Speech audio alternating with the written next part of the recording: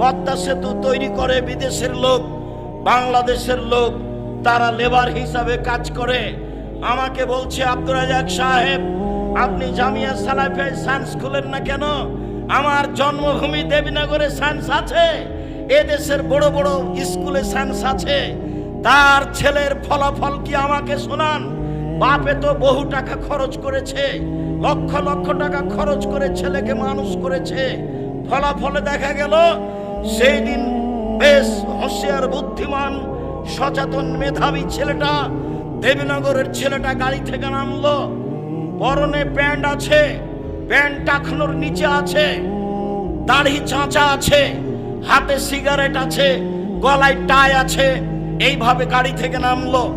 একটু পরে গাড়ি থেকে নামলো বৌমা, হালকা হালকা গায়ে কাপড় আছে। একটু পরে নাতনি গাড়ি থেকে নামলো, পুতিন গাড়ি থেকে নামলো, গায়ে কাপড় নেই। দেখি গাড়ির পিছন দিকে কুকুর আছে। বলেন টাকাটার অবস্থা কি হলো? এরই নাম সায়েন্স। এবার আপনি দেখতে পারেন, বাড়ি যান ঢাকায়, ঢাকায় আপনার ওই পিজি হাসপাতালে ছেলে প্রতি মাসে 3 লক্ষ টাকা মাসে বেতনে চাকরি করে। প্রেসক্রিপশন ওই কোম্পানি লিখেছে, যে কোম্পানি তাকে টাকা দেয়। ও জানে এর চেয়ে ওষুধ ভালো আছে। ও তো শয়তান, ও একটা আস্ত শয়তান, ও একটা প্রতারক। আপনারা বাপ মা প্রতারক। আপনি আপনার ছেলে মেয়ে কবর দিয়েছেন। এই জাতি অশিক্ষিত, এই ব্যক্তি অশিক্ষিত। এই ছেলে মেয়ের কি উপকার করতে পারে? আমার নামে 5,000 কোটি টাকার মামলা হবে কেন? আমি ঠাকুরের কি করেছি?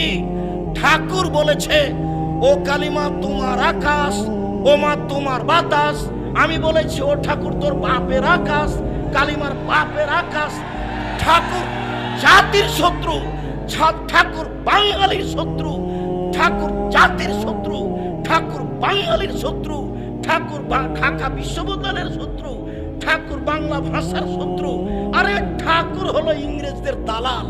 যেদিন আমি মুসলিম ইংরেজদের নির্যাতনে জেলে আছি, সেই দিন ঠাকুর লন্ডনে থাকে। এর নাম ঠাকুর। ঠাকুর সবচেয়ে বড় বদ মানুষ এই বাংলার ইতিহাসে, ভারতের পাতায় সবচেয়ে বদ মানুষ এই ঠাকুর। যতবার বলেছে ও মা তোমার আকাশ, ও মা তোমার বাতাস, ততবার ঠাকুর বলেছে, ও কালিমা তোমার আকাশ, ও কালিমা তোমার বাতাস। আমি আব্দুর রাজ্জাক বিন ইউসুফ, আমার ছেলে মেয়ে এই গান পড়তে পারে না, অসম্ভব।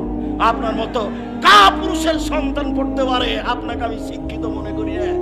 আমি যে অশিক্ষিত, আপনি এই কথা আমি আজ থেকে না 30 বছর আগে বলেছি আপনাকে।